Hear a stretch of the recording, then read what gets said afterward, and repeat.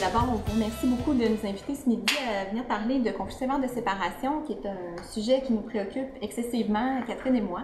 Et on s'est dit, pourquoi on est deux aujourd'hui, c'est qu'on n'a pas trop de deux têtes pour essayer de trouver quelques réponses autour de ce sujet-là qui est extrêmement complexe, très difficile à saisir. Donc, en fait, bon, je vais me présenter. Moi, d'abord, moi, c'est Elisabeth Godbout. J'ai travaillé sur les conflits sévères de séparation qui se retrouvent en cours supérieure, donc quand il y a un litige de garde.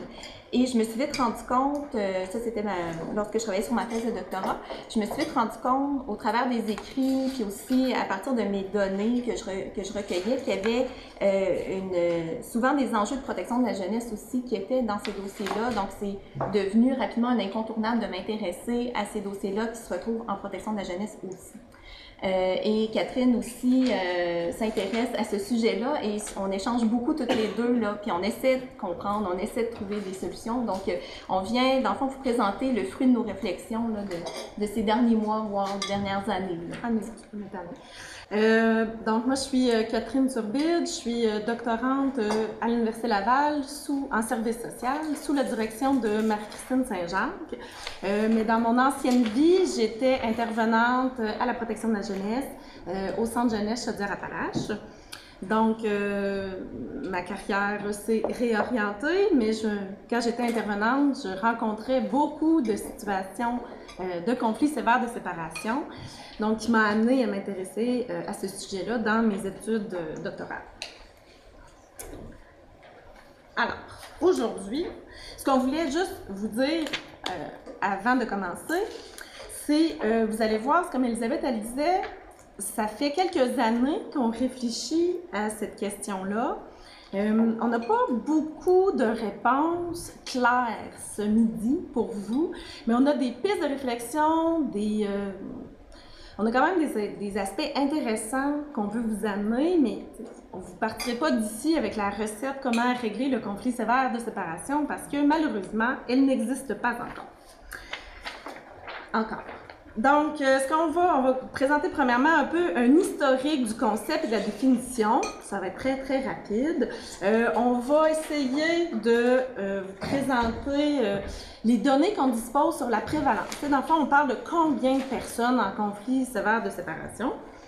Ensuite, on va vous parler, Elisabeth va plus vous parler des défis pour la recherche et moi, des défis pour l'intervention.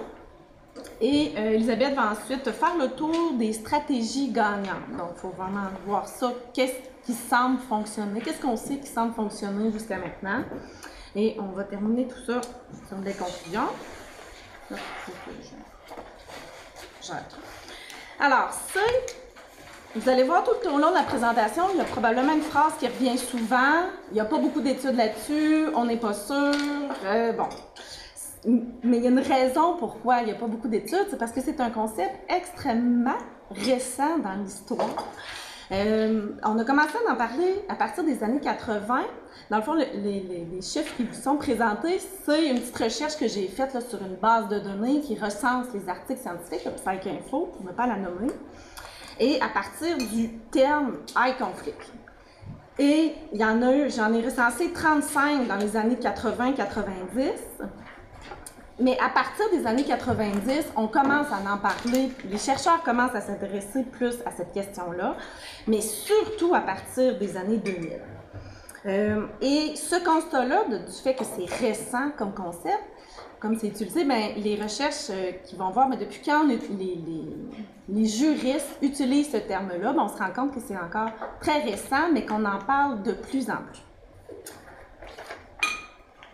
C'est un terme, quand je parlais un peu, en fait, j'ai fait une réflexion autour, mais comment on est arrivé à parler de conflit sévère de séparation, et j'ai juste pas précisé une chose, situation, conflit de séparation hautement conflictuel ou conflit sévère de séparation, pour nous, là, on va naviguer entre ces deux termes-là, pour nous, c'est des synonymes.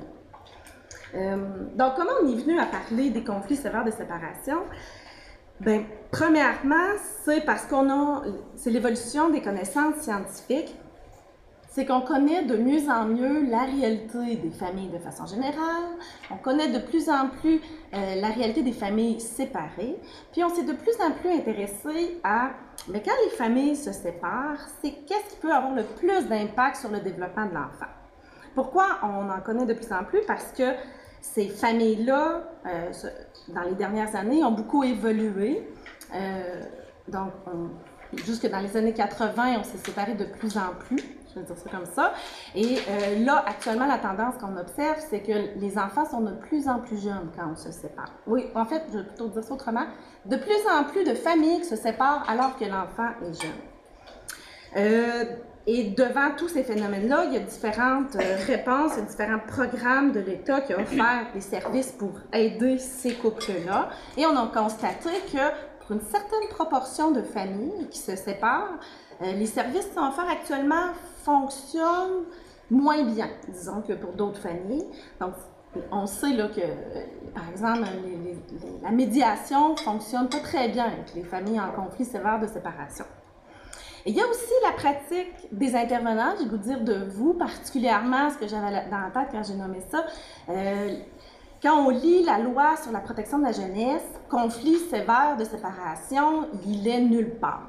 Mais d'emblée, les intervenants, à partir de leur connaissance de terrain, mais aussi leur savoir, ont considéré que ces situations-là représentaient une forme de mauvais traitement psychologique. Donc, quand ils rencontrent ces situations-là, bien, ils vont dire que c'est 38C, pour ne pas la nommer, donc pour mauvais traitement psychologique. Donc, ça nous a amené, nous, bien, les chercheurs, à calculer en tenant compte de la façon dont les intervenants le rendent, disons, dans le système.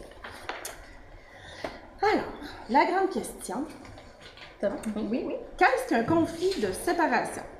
Ça, c'est vraiment une question, ça a été, je pense, quand j'ai commencé mes études doctorales, quand je me suis assise, je me suis dit, bon, OK, qui j'ai le goût d'aller interroger, sur quoi j'ai le goût de réfléchir? Et là, je me suis mis à constater à travers les recherches qu'il n'y a pas vraiment de définition qui fait vraiment consensus dans la littérature. Il y en a plusieurs définitions, mais il n'y a personne, disons qu'il n'y a pas de consensus.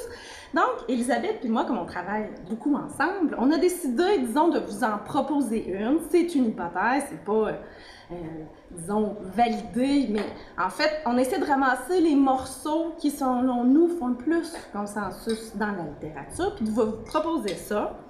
Dans le fond, ce sont des parents en processus de rupture qui vivent des conflits dont la nature, la durée, l'intensité ont un impact observable ou supposé sur l'enfant. Observable, c'est-à-dire que l'enfant peut avoir des comportements qu'on peut observer directement, il peut réagir directement à cette situation-là, mais ça se peut que ces comportements-là ou ces difficultés qu'il vit, ce soit à retardement, qu'on le voit mais plus tard dans sa vie. Ou encore, il y a des enfants aussi qui sont résilients, mais ça ne veut pas dire qu'on peut être quand même dans un conflit sévère de séparation. Maintenant, comment les auteurs, dans la recherche, comment on en parle de ces familles? Qu'est-ce qu'on dit? Comment on les décrit? Quelles caractéristiques qu'on va décrire pour parler de ces familles? Bon, premièrement, on va parler beaucoup de l'impact sur l'enfant. Ce sont des conflits de séparation qui ont un impact sur l'enfant, mais on va aussi parler de tout ce que ces parents-là vivent, donc toutes leurs émotions hostiles et intenses. On va aussi beaucoup parler de leurs interactions entre ces deux parents-là. Donc, on va parler de comment ils ne sont pas capables, la impossibilité de régler leurs conflits, comment ils ne sont pas capables de régler leurs conflits. On va aussi, il y a des auteurs qui vont décrire les comportements violents de ces parents-là. Dans leur passé, ou même actuellement, il y a eu des actes de violence entre ces parents-là. Leur difficulté à communiquer.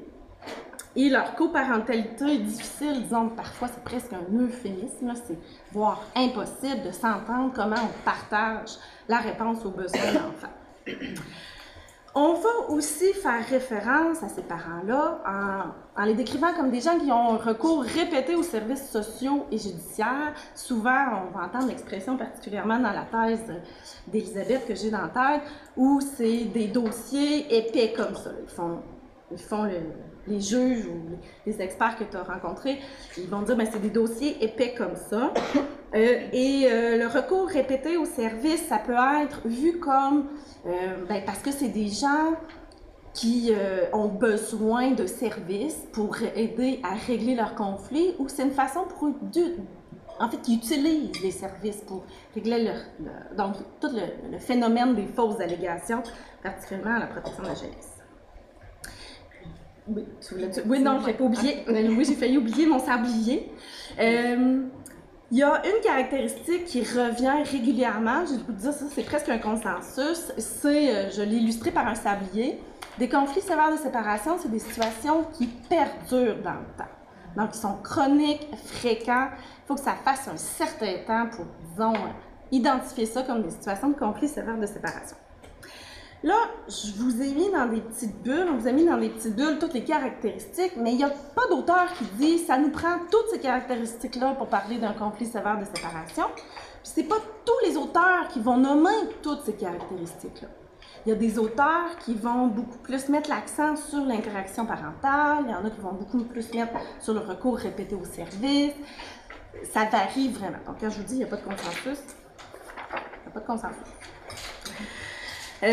Il y a des auteurs aussi qui ont plutôt essayé de dire, ben c'est quoi la différence entre un conflit normal, ici, là, hein? Vous comprendrez que le mot normal, il faudrait le mettre en gros guillemets, ou disons plus un faible conflit, avec un conflit sévère. Et là, il y a toutes sortes de continuums qui ont été créés. Celui-là, c'est de Ayoub en 99 que je vous illustre ici, mais il y en a, là, cet auteur-là a 3 niveaux, mais il y en a qui en ont 4, 5, 6. Et il n'y a personne qui va dire, en fait, il établit ces continuums-là, ce qui est très intéressant. Par contre, il n'y a personne qui dit, mais à partir de quand on bascule, par exemple, du conflit moyen au conflit sévère? Il n'y a personne qui va tracer une ligne, disons, très franche là-dessus. Il y a des auteurs aussi, en fait, de tout un courant qui a essayé de départager. Bon, mais c'est quoi la différence entre un conflit sévère, la violence conjugale puis l'aliénation parentale? Disons que c'est pas facile de circonscrire chacun, de bien définir chacun de ces éléments-là. Premièrement, ce sont tous des situations qui ont un impact sur l'enfant. Ça, je pense que tout le monde s'entend là-dessus. Ce sont toutes des situations qui sont potentiellement à risque de faire souffrir un enfant. Ceci dit, et souvent, le conflit sévère de séparation, ça va être des situations où les 2 parents sont impliqués. Ça, c'est beau dans la théorie, mais dans la pratique, ce qu'on se rend compte, c'est très difficile de mettre tout le monde dans des petites cases pour que ça rentre parfaitement. Et souvent, ce qu'on va se rendre compte, ce sont des situations mixtes. Il y a eu un peu de violence, il y a eu des éléments de violence, il y a eu de l'aliénation parentale. Bon, donc c'est très difficile de faire, de tracer une ligne claire. Et c'est extrêmement important, par exemple, de faire une bonne évaluation parce que dépendamment dans quelle problématique on va se situer, mais on va ajuster normalement notre intervention par rapport à ça. Est-ce que ça va? Oui, tout à fait. Excuse-moi. Donc maintenant, la question de la prévalence, qui est une vaste question. Comme on a de la difficulté à bien définir ce que c'est les conflits sévères de séparation, bien évidemment, la prévalence est plus ou moins difficile à comprendre ou à évaluer. Il y a principalement 3 sources de données qui nous permettent d'établir la prévalence des conflits sévères de séparation. Il y a des données qui sont issues de la population générale, des parents qui se séparent, puis on va y revenir en détail là, par la suite. Donc, la population générale, on a des données là-dessus. Il y a des données qui proviennent des dossiers qui se retrouvent en cour supérieure, donc principalement des litiges concernant la garde. Et il y a des dossiers qui proviennent de la protection de la jeunesse, donc qui sont issus des statistiques que les intervenants entrent pour chacun des dossiers. Et il y a certaines études aussi qui font un recoupement entre les dossiers de la cour supérieure et les dossiers de la protection de la jeunesse. Donc ça, c'est nos 3 sources de données, mais il faut comprendre que les 3 sources nous donne tout un portrait partiel et imprécis de ce que c'est en réalité la prévalence des conflits sévères de séparation. Si on regarde sur le plan populationnel, donc dans la population générale, il y a des études qui ont regarder quelle forme prend la coparentalité chez les parents qui sont séparés. Et tout dépendant des études, on arrive à une coparentalité qui est conflictuelle chez 25 à 35% des parents qui sont séparés. C'est-à-dire, quand je dis coparentalité conflictuelle, on parle d'une coopération qui est faible et d'un conflit qui est élevé. Donc, les deux éléments sont présents chez 25 à 35% des parents qui sont séparés. Et on sait que ça, c'est une photo de la situation, mais que ça va fluctuer dans le temps et qu'au bout d'un moment, pour la plupart des gens qui se séparent, bien, le conflit va s'apaiser et souvent les gens vont devenir plus désengagés, vont avoir une coparentalité plus désengagée avec le temps. Donc, ils vont avoir à moins interagir, puis le conflit va être moins sévère là, pour ces personnes-là. Il y a l'ELDEC qui nous donne aussi quelques indications sur le climat qui existe entre les ex-conjoints après la séparation. Donc, ce que les données de l'ELDEC montrent, c'est que chez les mères d'enfants âgés de 6 ans, il y a 12% des mères séparées qui disent que le climat avec leur ex-conjoint est mauvais ou très mauvais. Donc, c'est un résultat qui est intéressant parce que ça provient d'un échantillon qui est important, qui est diversifié et représentatif des enfants québécois, donc, mais qui nous donne encore une fois un portrait qui est quand même assez succinct, là, donc qui nous donne seulement une indication sur le climat avec l'ex-conjoint du point de vue de la mère. Et maintenant, si on regarde les choses de façon un peu plus dynamique, donc comment les choses évoluent dans le temps, on voit que comme je vous disais, pour la majorité des parents, le conflit va s'atténuer avec le temps, il va diminuer, mais on sait que dans certaines familles, pour certains parents, le conflit était élevé au départ et va demeurer élevé dans le temps, ou encore va augmenter avec le temps. Donc, ce que je vous présente ici, c'est un graphique tiré d'une étude de Sylvie Drapeau là, qui a regardé les trajectoires de conflit de famille après la séparation. Et qui montre dans le fond qu'il y a des trajectoires ascendantes ou descendantes du conflit, ou stable élevé ou stable bas. Donc, on voit que pour certaines familles, le conflit peut même augmenter avec le temps. Donc, c'est surtout dans ces cas-là dont on parle lorsqu'on est question de conflit sévère. Et les autres données dont on dispose, bien, concernant la Cour supérieure, j'ai essayé d'agréger quelques études là, pour nous donner un portrait un peu des conflits sévères en Cour supérieure. Donc, ce qu'on sait, c'est que la très grande majorité des litiges concernant la garde ne seront pas décidés par un juge. Donc, ce qu'on voit, c'est que pour la très grande majorité des familles, il n'y a pas de litige. Donc, les gens en arrivent à une entente soit en médiation ou à l'amiable. Donc, de 85 à 90% des situations, c'est ce qu'on observe. Il y a 8 à 15% des situations qui vont être judiciarisées, mais pour la plupart qui vont se régler pendant les procédures. Et il y a environ 1,5 à 3% des dossiers vraiment qui vont être décidés au final par un juge.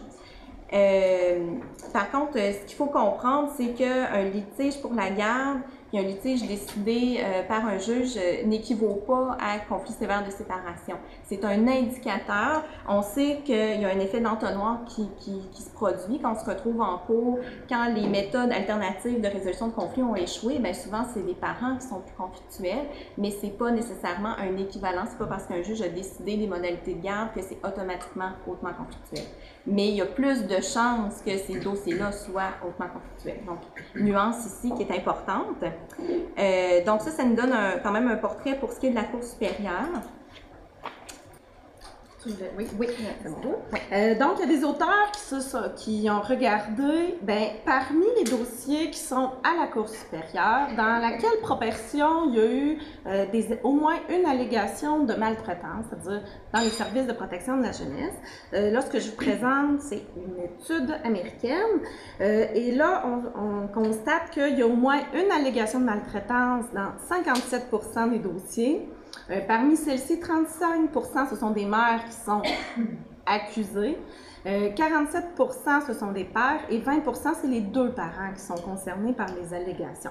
Donc ça, c'est un échantillon intéressant parce qu'il était très, très important. Ce qu'on constate aussi, c'est que, c'est un peu comme disait tout à l'heure Elisabeth qui vient confirmer, c'est-à-dire que plus on avance dans le processus judiciaire, plus il y a une grande proportion de dossiers où il y a eu au moins une allégation de maltraitance. Au début du processus, il y en a, mais beaucoup moins qu'à la fin du processus. Fin du processus veut dire quand c'est rendu le juge qui tranche.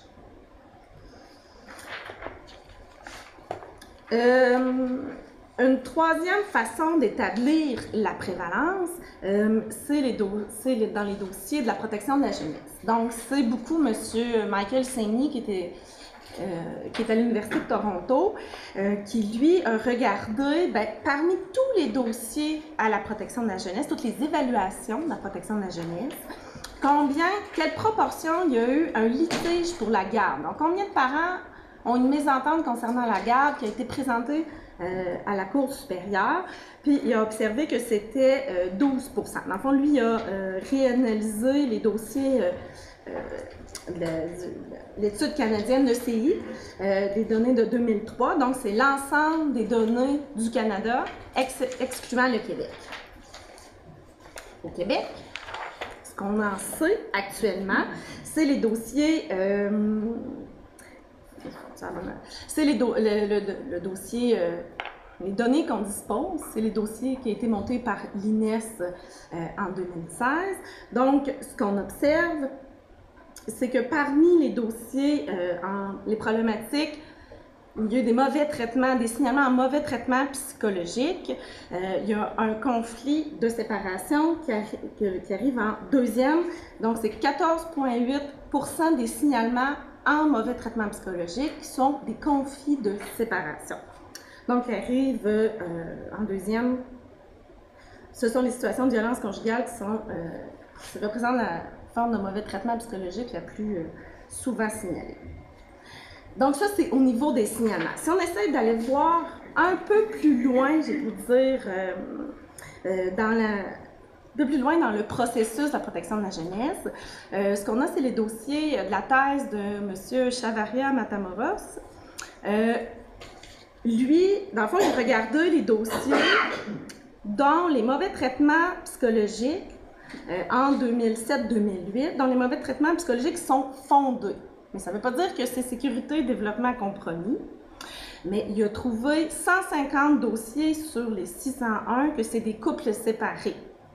Donc, dans 150 dossiers, c'est le conflit sévère qui représente la forme de mauvais traitement psychologique. C'est les faits fondés. Mais là, on ne sait pas si sécurité et développement est compromis. Et c'est le plus loin que, à ma connaissance, puis je cherche fort pour trouver des dossiers, pour trouver pas des dossiers, mais des chiffres. C'est à ma connaissance, c'est le plus loin qu'on sait. Donc, c'est difficile de savoir, mais disons, rendu à l'application des mesures, mais c'est quelle proportion des dossiers des intervenants que ça représente des conflits sévères de séparation?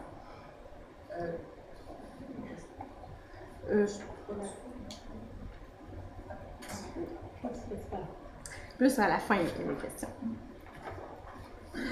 Donc, ce que ça nous dit, c'est qu'il y a plusieurs façons de mesurer le conflit sévère de séparation. Puis, comme je l'ai mentionné, une fois que le signalement est retenu, mais on n'en sait pas beaucoup sur l'intervention du DPJ auprès de ces familles-là. Et le fait qu'il y a plusieurs façons de mesurer le conflit, ça rend difficile de comparer les différentes études. Ce qui nous amène, ce qui met la table tout à fait pour les défis de la recherche. Donc d'abord, le problème qui découle de ce qu'on vient de vous présenter, c'est un problème clair de définition, de conceptualisation et de mesure du phénomène. Il y a, comme on le disait, aucune définition unanimement acceptée. Donc, quel est le seuil qui sépare les conflits sévères des conflits qu'on considérait moins importants?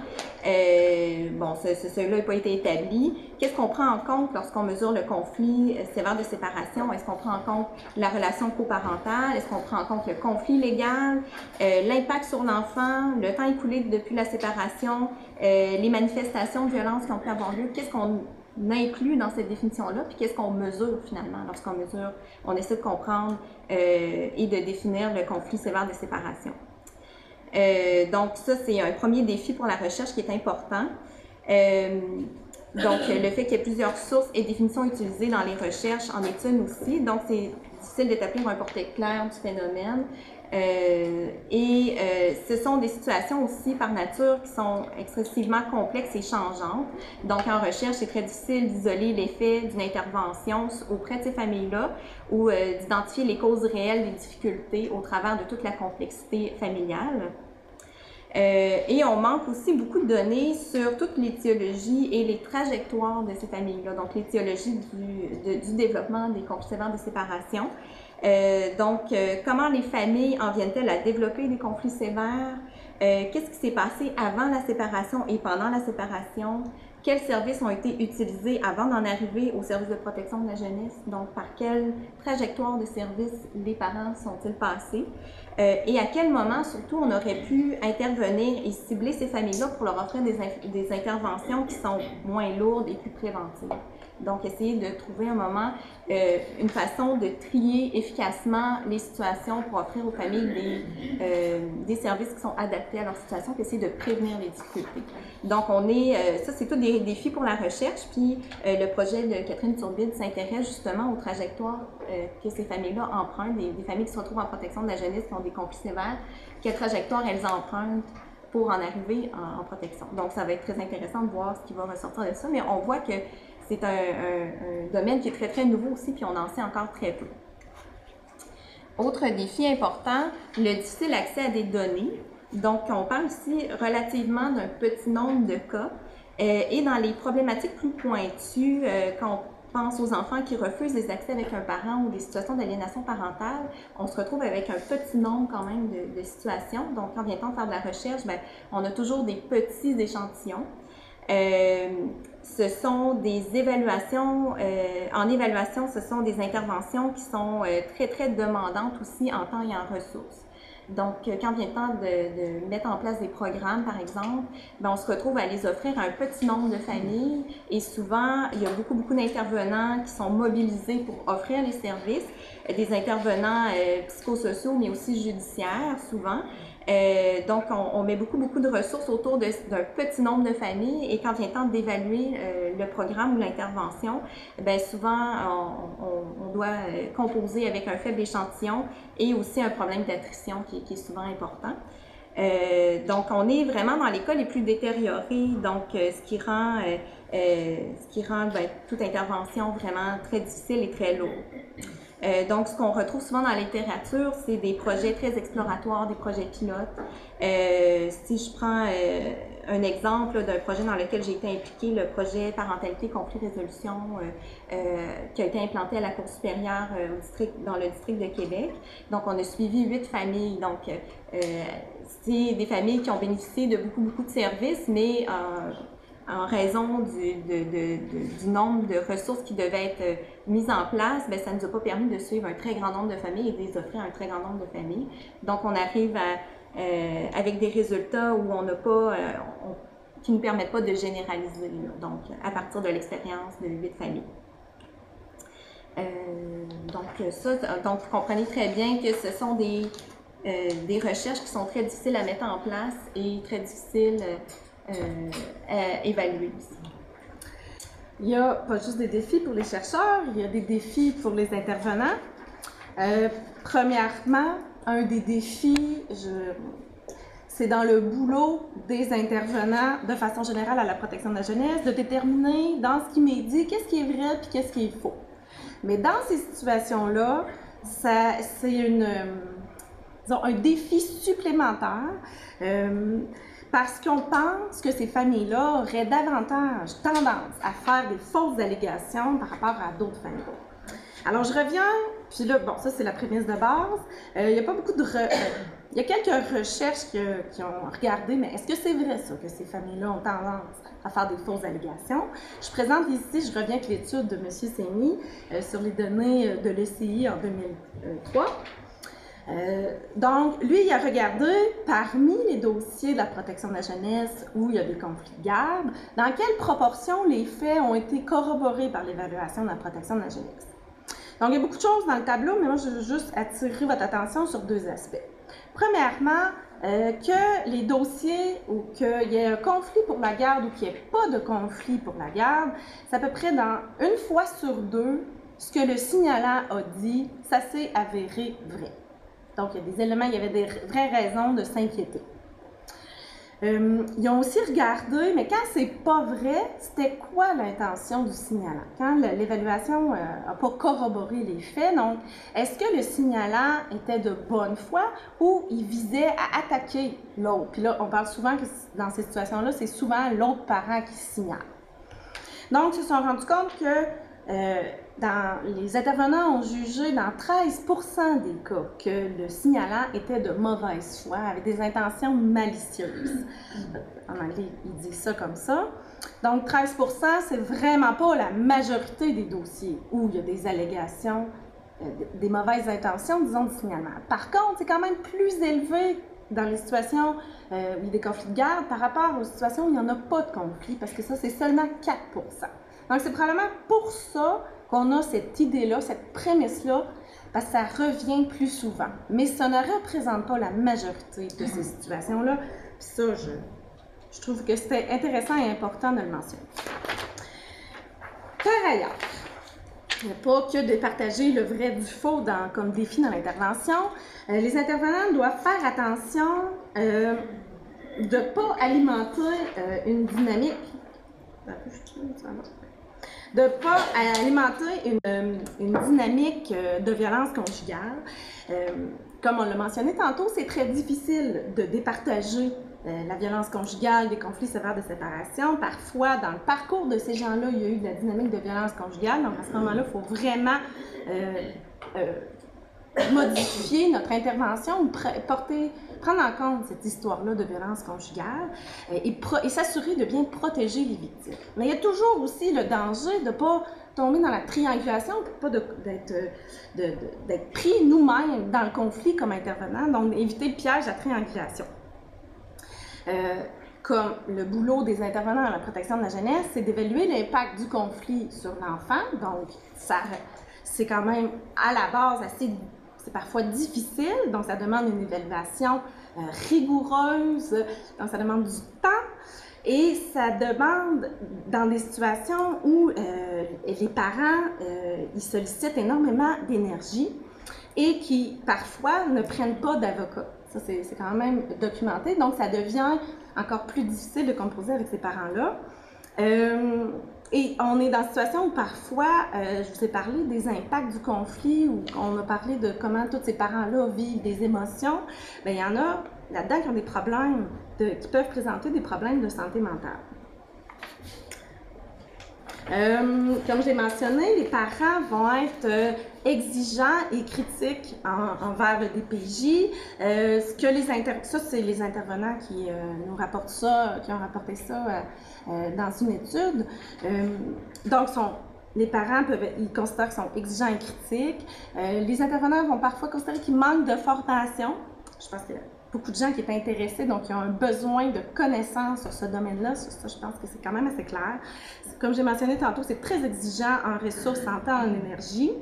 Les intervenants semblent parfois qu'on tente de les manipuler et il y a une pression du système judiciaire puis de l'ensemble de prendre position puis de dire, bon, mais à qui on confie la garde de cet enfant-là? Chez quel parent on devrait l'envoyer? Il y a quelques études qui sont allées très peu, sont allés interroger ces parents-là, puis il y a quelques auteurs qui ont réfléchi, mais c'est quoi les enjeux pour ces parents-là? Ce qu'ils nous disent, c'est qu'ils ont besoin qu'on les prenne en considération leurs besoins, ceux de leurs enfants. Il y en a qui mentionnent qu'ils trouvent que le processus est très lourd. Ce ne sont pas des études de québécoises ni canadiennes, donc ce n'est pas nécessairement une critique envers le système ici, mais disons qu'il y a cette préoccupation-là pour les parents. Il semble qu'à partir du moment où ils vont mentionner qu'ils sont séparés, ils vont sentir qu'ils perdent la crédibilité aux yeux des intervenants, parce que les intervenants vont dire, il fait juste signaler pour attaquer l'autre parent. Et ils se retrouvent parfois dans une situation paradoxale dans la mesure où, par exemple, des parents qui ont vécu la violence conjugale avec l'autre parent, quand ils étaient encore ensemble, les intervenants leur reprochaient de ne pas quitter cette situation-là de violence conjugale. Une fois qu'ils l'ont quitté, on leur reproche de ne pas prendre en considération le besoin de leur enfant d'avoir des contacts avec son parent. Donc, ils se sentent, peu importe ce qu'ils font, ils ont l'impression qu'ils sont pris là-dedans. Mais tout n'est pas noir. Non.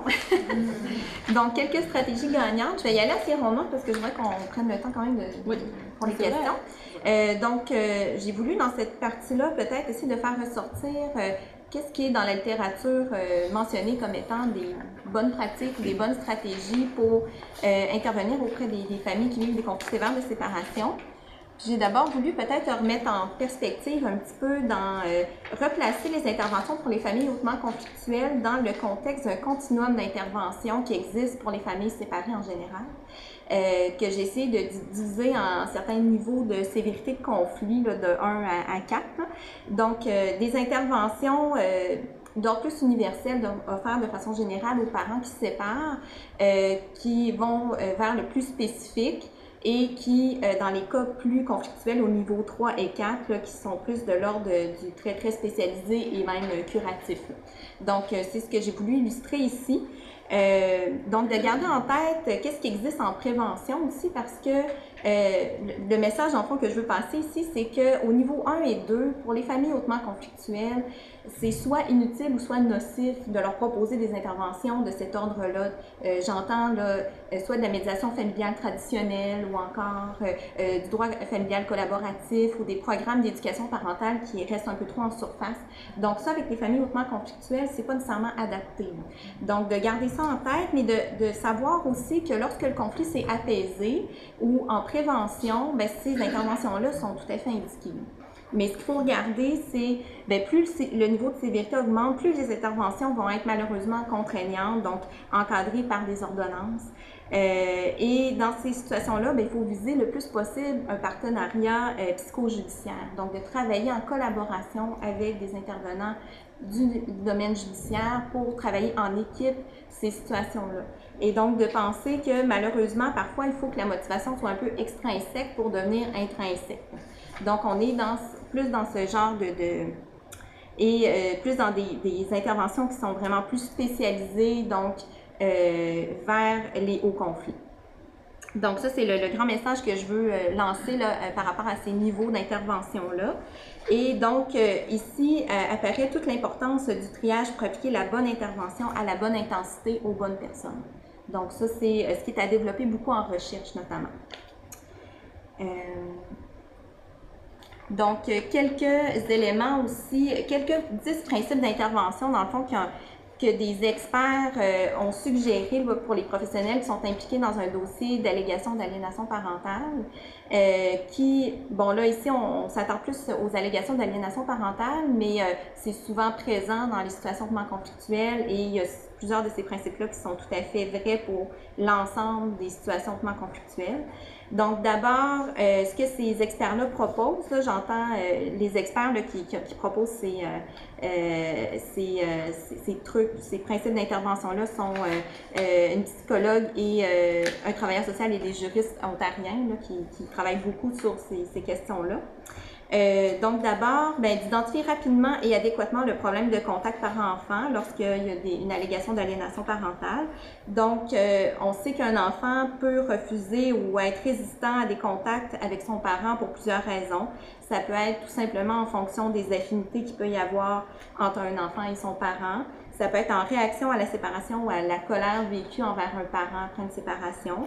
Ça peut être le rejet de l'enfant est justifié parce que c'est un parent qui éprouve des difficultés dans ses compétences parentales. Ça peut être un parent qui a pu commettre des actes de violence, qui a pu être même maltraitant. Donc, toute l'importance, encore une fois, de bien évaluer la situation.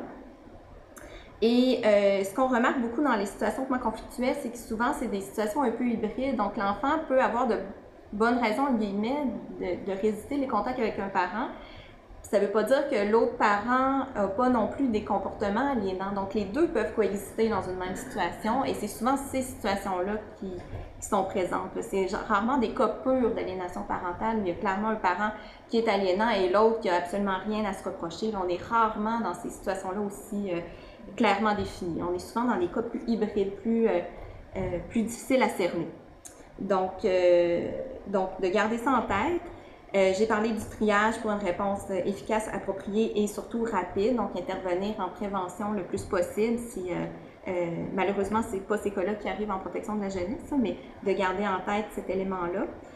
D'entendre la voix de l'enfant aussi, donc évidemment de rassurer l'enfant sur le fait qu'il n'y a pas à décider avec qui il va aller vivre ou de se prononcer sur ça, mais de lui donner toujours la chance de s'exprimer, même dans les situations d'allégation d'aliénation parentale, donc de donner cette chance-là à l'enfant de pouvoir s'exprimer. C'est un principe d'intervention aussi qui a été soulevé.